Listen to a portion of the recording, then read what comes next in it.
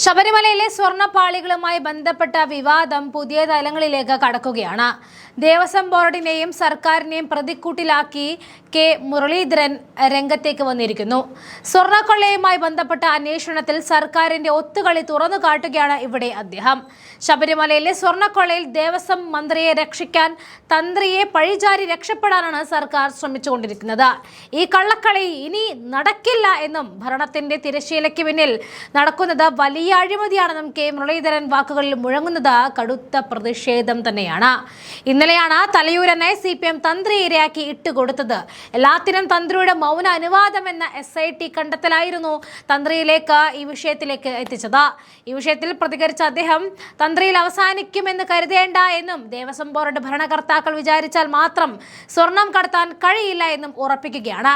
ഇത്രയും വലിയ കൊള്ള മന്ത്രി അറിഞ്ഞിട്ടില്ല എന്ന് പറഞ്ഞാൽ ആര് വിശ്വസിക്കുമെന്നതാണ് മുരളീധരന്റെ പ്രധാനപ്പെട്ട ചോദ്യം. മന്ത്രിമാരെ രക്ഷിക്കാനുള്ള ശ്രമങ്ങൾ അംഗീകരിക്കില്ല എന്നും നിയമസഭ തുടങ്ങുമ്പോൾ കോൺഗ്രസ് നിയമസഭ മാർച്ച് നടത്തുമെന്ന് കൂടി അദ്ദേഹം പറയുകയാണ്. സ്വർണ്ണക്കൊള്ളയിൽ കടകംപള്ളി സുരേന്ദ്രനെ ചോദ്യം ചെയ്തിട്ട് എന്തായി എന്ന ചോദ്യം കൂടി മുരളീധരൻ ഇവിടെ ചോദിക്കുന്നു. ബാക്കി കാര്യങ്ങൾ അറിയാൻ ജനങ്ങൾക്ക് അവകാശമുണ്ടെന്നും തന്ത്രിയുടെ അറസ്റ്റിലെ ശരിയും തെറ്റും പറയുന്നില്ല എന്നും മുരളീധരൻ വ്യക്തമാക്കി. ദ ബിഹൈൻഡ് ദി കർട്ടൻ ആണ്, ഇനിയും ആളുകളുണ്ട്. അറസ്റ്റ് തന്ത്രിയിൽ അവസാനിച്ചു എന്ന് കരുതുന്നില്ല. ബാറ്ററി പോയ വാഹനത്തെ പോലെയാണ് SITയുടെ പ്രവർത്തനം എന്നുകൂടി അദ്ദേഹം പറയുന്നു. ചില വണ്ടികൾ റോഡിൽ നിൽക്കുമ്പോൾ പിന്നിൽ നിന്നും തള്ളണം. ഹൈക്കോടതിയാണ് SITക്ക് തള്ളൽ നൽകുന്നതെന്നും മുരളീധരൻ പരിഹസിച്ചു. ശബരിമല വിഷയത്തിൽ സർക്കാരിനെതിരെ ലഭിച്ച ഏറ്റവും വലിയ രാഷ്ട്രീയ ആയുധമാണ് പ്രതിപക്ഷം ഈ സ്വർണ്ണക്കൊള്ളയായിട്ട് കാണുന്നത്. മുരളീധരന്റെ ഈ ബിഹൈൻഡ് ദി കർട്ടൻ വെളിപ്പെടുത്തലുകൾ വരും ദിവസങ്ങളിൽ കൂടുതൽ രാഷ്ട്രീയ പ്രത്യാഘാതങ്ങൾ ഉണ്ടാക്കുമെന്നുറപ്പാണ്. നമുക്ക് അദ്ദേഹത്തിന്റെ ആ പ്രതികരണത്തിലേക്ക് പോകാം. മന്ത്രിയെ ചോദ്യം ചെയ്തിട്ട് കസ്റ്റഡിയിലെടുത്തിരിക്കുക.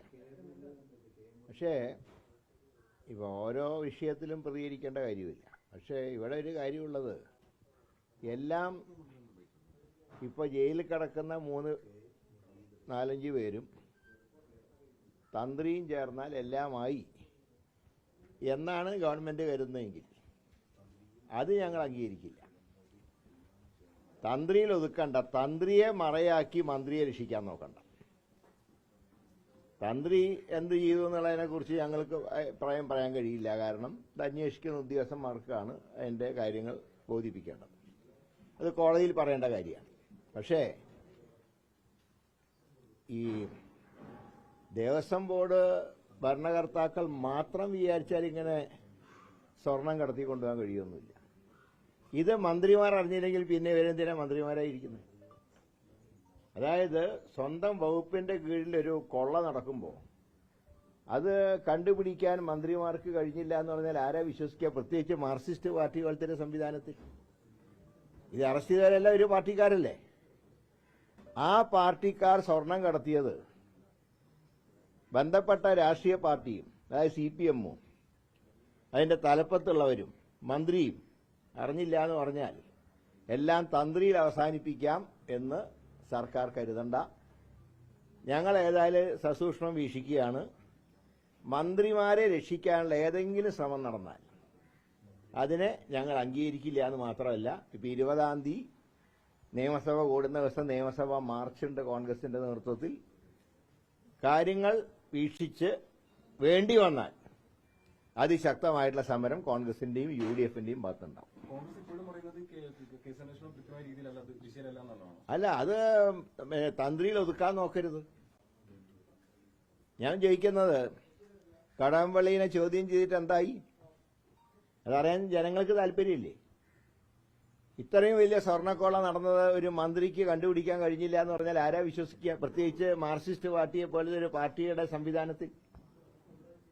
അതുകൊണ്ടാണ് പറയുന്നത്, തന്ത്രി അറസ്റ്റ് ചെയ്യേണ്ട ശരിയും തെറ്റുകളെ കുറിച്ചൊന്നും ഞാൻ പറയുന്നില്ല. അത് SIT കോടതിയിൽ പറയേണ്ട കാര്യമാണ്. ആ കാര്യങ്ങൾ കോടതി തീരുമാനിക്കട്ടെ. പക്ഷേ ഇതുകൊണ്ട് മാത്രം പ്രശ്നം അവസാനിച്ചു എന്ന് കരുതണ്ട.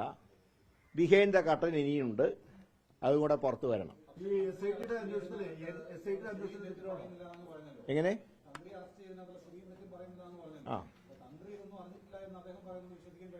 അല്ല, അതൊക്കെ ഇൻവെസ്റ്റിഗേഷനിൽ തെളിയട്ടെ, കോടതിയിൽ തെളിയട്ടെ.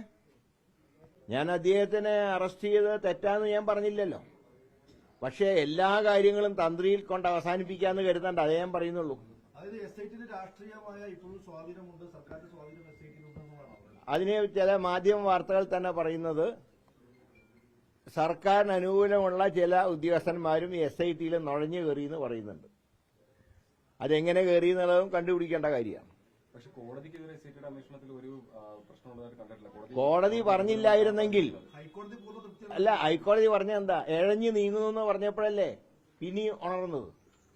ഇത് ചില വണ്ടികൾ പെട്ടെന്ന് പോയിട്ട് നിർത്തുമ്പോൾ പിന്നൊന്ന് ഉന്തി കൊടുത്ത് സ്റ്റാർട്ടാക്കുന്ന പോലെ ബാറ്ററി ഡൗണായ വണ്ടിയെ പോലെയാണ് SIT പ്രവർത്തിക്കുന്നത്. ഇടയ്ക്ക് ഹൈക്കോടതി ഒന്ന് ഉന്തി കൊടുത്താലേ വണ്ടി സ്റ്റാർട്ടാവുള്ളൂ, വീണ്ടും ഡൗൺ ആവുന്നുണ്ട്.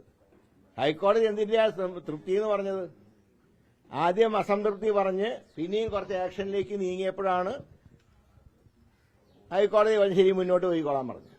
അല്ലാതെ പൂർണ്ണ തൃപ്തി ഹൈക്കോടതി പറഞ്ഞിട്ടില്ല. അത് മന്ത്രിമാരുണ്ടാക്കുന്ന കളകഥയാണ്. ഈ ശബരിമല കേസ് ഒരു രാഷ്ട്രീയ ആയുധമാക്കി തന്നെ UDF മുന്നോട്ട് ഞങ്ങൾക്ക് രാഷ്ട്രീയമല്ല നോക്കേണ്ടത്. ഏതൊരു ക്ഷേത്രത്തിന്റെ ആണെങ്കിലും പള്ളിയുടെ ആണെങ്കിലും ഭക്തജനങ്ങൾ നൽകുന്ന കാണിക്ക, ക്ഷേത്രത്തിന്റെ പള്ളിയുടെയും വരുമാനം, ഇതൊക്കെ ആര് കൊള്ളയടിച്ചാലും ഞങ്ങൾ അതിനെ അംഗീകരിക്കില്ല. അതിനെ രാഷ്ട്രീയമായിട്ടല്ല ഞങ്ങൾ കാണുന്നത്. ജനങ്ങളുടെ വിശ്വാസങ്ങളെ ഹനിക്കുന്ന പ്രവർത്തനങ്ങൾ നടത്തിയാൽ അത് തടയപ്പെടണം. ഈ തന്ത്രിയുടെ അറസ്റ്റ് ഞെട്ടിക്കുന്നൊരു സംഭവമാണ്. അപ്പോൾ ഈ തന്ത്രിമാരെ നിയോഗിക്കുന്നതിൽ ഇത് പാരമ്പര്യമായി ലഭിക്കുന്ന ഒരു പദവിയാണ്. അപ്പൊ അതിന്റെ കാര്യത്തിലൊക്കെ ഒരു പുനർചിന്തനം വേണ്ടി വരില്ല ഈ മാറിയ കാലത്ത്? ഞാൻ പറയും, 1-2 പേർക്കെതിരെ ആരോപണം വന്നതെന്ന് ചോദിച്ചാൽ അവർ മുഴുവൻ മോശക്കാരാണ്. മുമ്പ് ഒരു തന്ത്രിക്കെതിരെ ഒരു പരാതി വന്നല്ലോ, എന്താണെന്ന് എല്ലാവർക്കും അറിയാലോ. അതേ വ്യക്തിയെ കൊണ്ടല്ലേ അയ്യപ്പ സംഗമത്തിന് വിളക്ക് തെളിയിപ്പിച്ചത് മുഖ്യമന്ത്രി. അതും കൂടെ നോക്കണ്ടേ? മുഖ്യമന്ത്രിക്ക് കാര്യങ്ങളൊക്കെ അറിയാലോ. ഒരു തന്ത്രിക്കെതിരെ ആക്ഷേപം വന്നപ്പോ അദ്ദേഹത്തിന് താന്ത്രിക പ്രവൃത്തിയിൽ നിന്ന് മാറ്റി നിർത്തപ്പെട്ട ഒരു വ്യക്തി, അദ്ദേഹത്തിനെ കൊണ്ടല്ലേ അയ്യപ്പ സംഗമത്തിന് വിളക്ക് കത്തിച്ച്. അപ്പൊ എന്താ തന്ത്രി നല്ല ആളായോ? പിന്നെ ഇപ്പോ അറസ്റ്റ് ചെയ്ത തന്ത്രിയെ മുഖ്യമന്ത്രിയുടെ അപ്രീതിക്ക് പാത്രമായ ആളാണ്. സ്ത്രീ പ്രവേശനത്തിന്റെ കാര്യത്തിൽ അവിടെ ശുദ്ധീകരണം നടത്തിയതിന് അദ്ദേഹത്തിനെ കുറിച്ച് മുഖ്യമന്ത്രി പറഞ്ഞ കാര്യങ്ങളൊക്കെ എല്ലാവർക്കും ഓർമ്മയുണ്ട്. ഏതായാലും ഒറ്റ കാര്യം ഞങ്ങൾ പറയുന്നുള്ളൂ. മുഖ്യമന്ത്രി പറഞ്ഞത് ശരിയായെന്ന തരത്തിലല്ല ഇപ്പോൾ പറഞ്ഞു വരുന്നത്. എങ്ങനെ? ഈ അധികാര കേന്ദ്രങ്ങൾ അവിടെ ഉണ്ട്. താക്കോൽ ഞാൻ പറയാം, ആചാരാനുഷ്ഠാനങ്ങൾ സർക്കാർ ലംഘിച്ചാൽ അവിടെ തന്ത്രിക്ക് ഇടപെടണം. ഈ സ്വർണ്ണക്കൊള്ള വിഷയത്തിൽ തന്ത്രിയുടെ ശരിയോ തെറ്റോ എന്നുള്ളതിനെ കുറിച്ച് ഞാൻ പറയുന്നില്ല. പക്ഷേ ആചാരാനുഷ്ഠാനങ്ങൾ ലംഘിക്കപ്പെട്ടപ്പോൾ അന്ന് തന്ത്രി എടുത്ത തീരുമാനം ശരിയായിരുന്നു. പക്ഷെ ഇപ്പോൾ പറയുന്നത് ഇപ്പോൾ ആചാര ലംഘനം നടത്തിയെന്നുള്ളതാണ് അത് തെറ്റിയിട്ടുണ്ടെങ്കിൽ അതിന്റേതായിട്ടുള്ള നിയമ നടപടി സ്വീകരിക്കട്ടെ. അതിന്റെ ഒരു ശിക്ഷ എന്ന് പറഞ്ഞാൽ സാധാരണ രീതിയിൽ ഒരു തന്ത്രി താന്ത്രിക വിദ്യകളിൽ വീഴ്ച വരുത്തിയാൽ മാറ്റി നിർത്തും ആ പ്രവൃത്തിയിൽ നിന്ന്.